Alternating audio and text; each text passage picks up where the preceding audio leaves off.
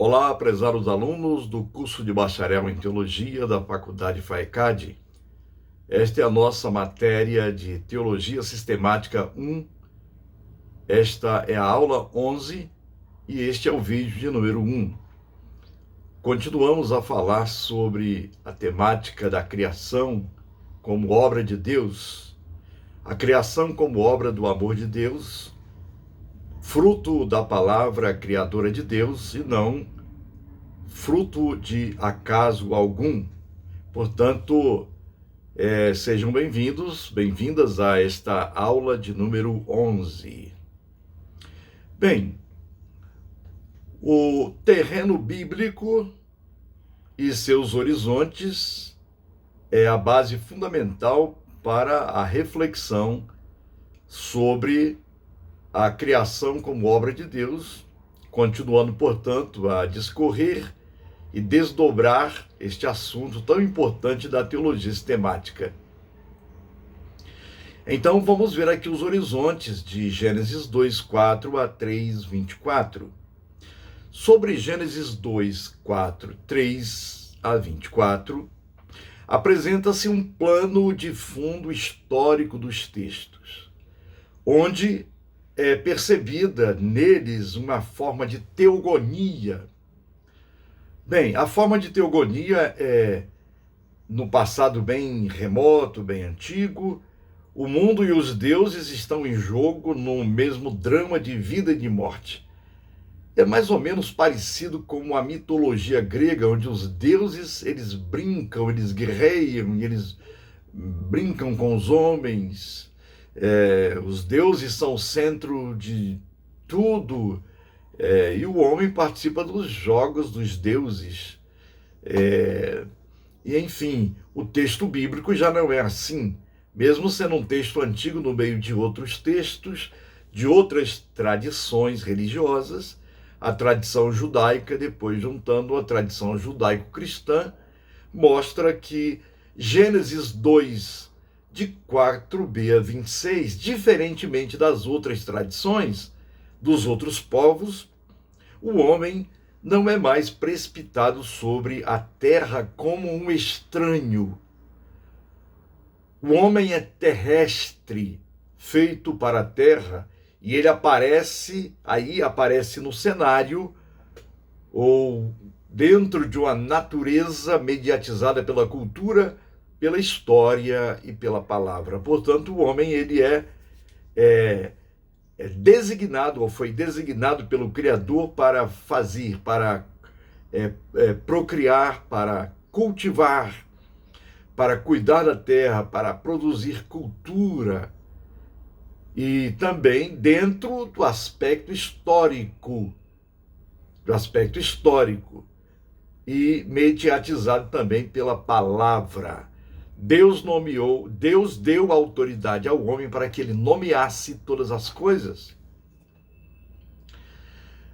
O pensamento gnóstico, que é de linha grega, platônica, não aceita que o homem seja ou queira ser material ou se envolver com a matéria, porque a matéria para o gnóstico ela é ruim, enquanto que o espírito é bom.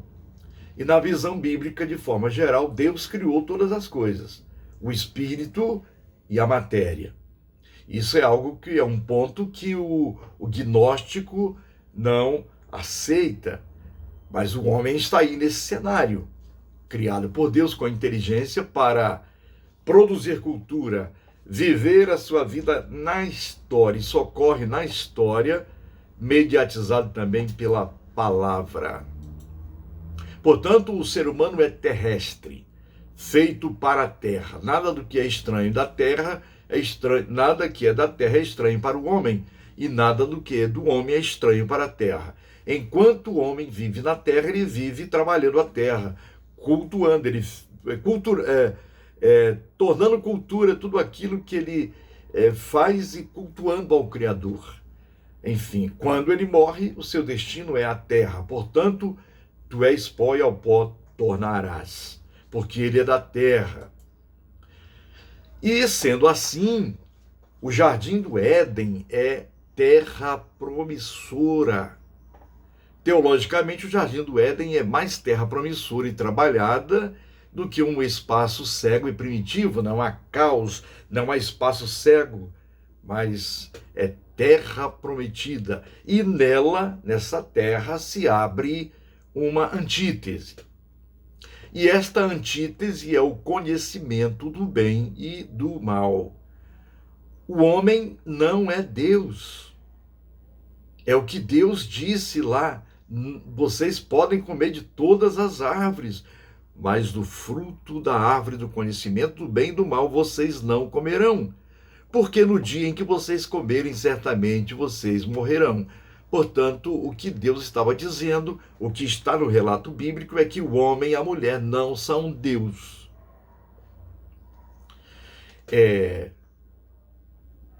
Portanto, o homem não é Deus, e quando ele se passa por Deus, suas decisões e seus atos, malgrado que ele elabora, retornam contra si mesmo. Quanto ao acabamento da criação do homem pela criação da mulher, faz que o homem ocupe o coração da criação, constituindo-se um lugar central, numa certa medida real. Portanto, o homem só é homem enquanto ele está ao lado da mulher, e a mulher só é mulher enquanto ela está ao lado do homem, e juntos eles formam aquilo que é chamado de ser humano.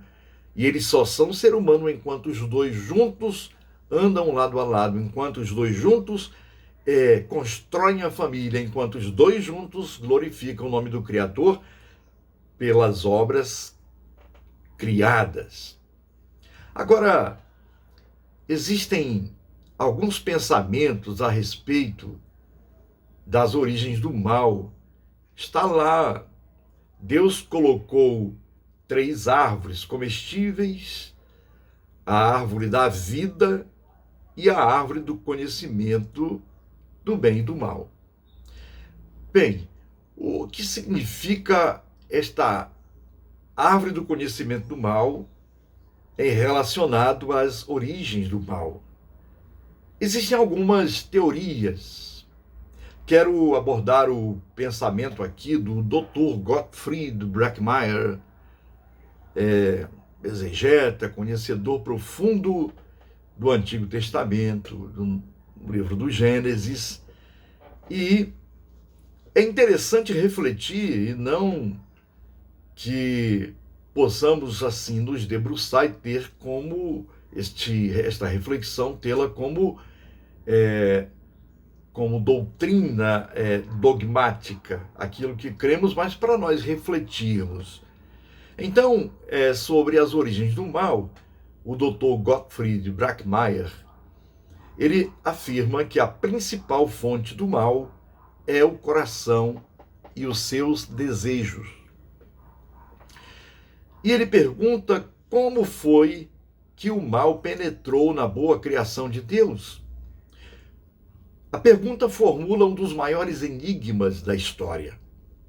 Por acaso o mundo escapou das mãos de Deus e sucumbiu ao poder de Satanás? Como explicar a realidade de pecado, mal e sofrimento? A Bíblia dá 3 pistas, segundo o Dr. Brackmeier. Primeiro é que o mal resulta de uma queda. De acordo com fortes tradições judaicas e cristãs, os demônios seriam anjos caídos.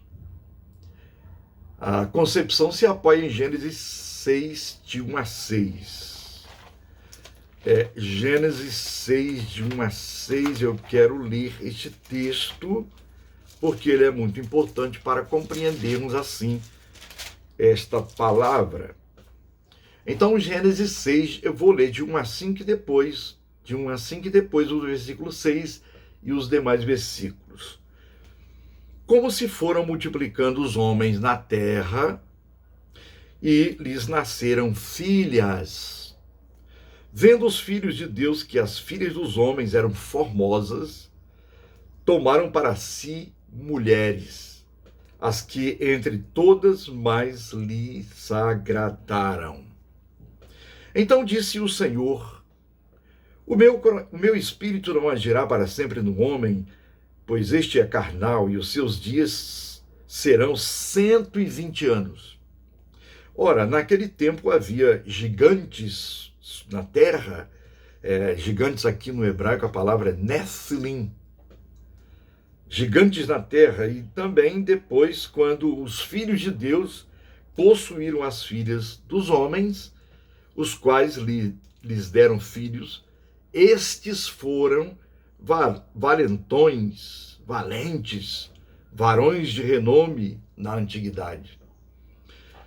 Então, até o versículo 4, é uma visão dos filhos de Deus, que quiseram e tiveram relações com as filhas dos homens.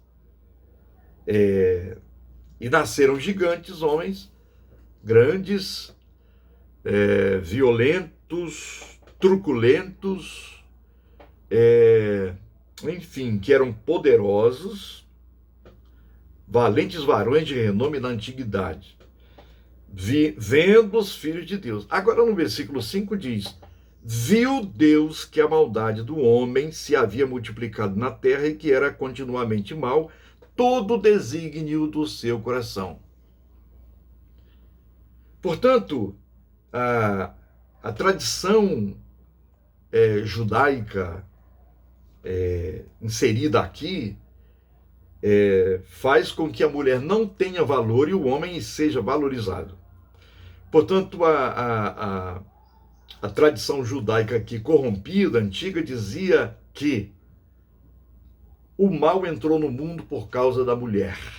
E aí a mulher ficou deteriorada durante toda a história. E Deus viu como a maldade ia se multiplicando no coração do homem. E então se arrependeu o Senhor de ter feito o homem na terra, e isso lhe pesou o coração. Aqui é o pensamento antropopático que o autor de Gênesis ele coloca para tentar mostrar como Deus estava se sentindo. Disse o Senhor: farei desaparecer da face da terra o homem que criei, o homem e o animal, os répteis e as aves dos céus, porque me arrependo de os haver feito. Depois aqui vem uma pausa e uma adversativa, onde está escrito assim: porém, Noé achou graça diante do Senhor. Eis a história de Noé. Noé era homem justo e íntegro entre os seus contemporâneos. Noé andava com Deus. Gerou 3 filhos, Sem, Cã e Jafé. Meus prezados, de acordo com fortes tradições judaicas, os demônios seriam anjos caídos, conforme o texto que está aí. A interpretação especulativa enxerga nestes gigantes demônios o que o texto, aliás, não diz. Ademais, há quem identifique Satanás como a estrela da manhã, ou seja, Lúcifer, cuja queda é festejada em Isaías 14:10. Isaías 14:10. É um texto tirado do seu contexto. Então, arrancando o texto do contexto, o versículo 12 diz: como caíste do céu, ó estrela da manhã, filho da alva, como foste lançado por terra, tu que debilitavas as nações. Aí continua: tu dizias no teu coração: eu subirei ao céu, acima das estrelas de Deus, exaltarei o meu rosto, o meu trono, e o monte da congregação me assentarei. E no monte da congregação me assentarei, nas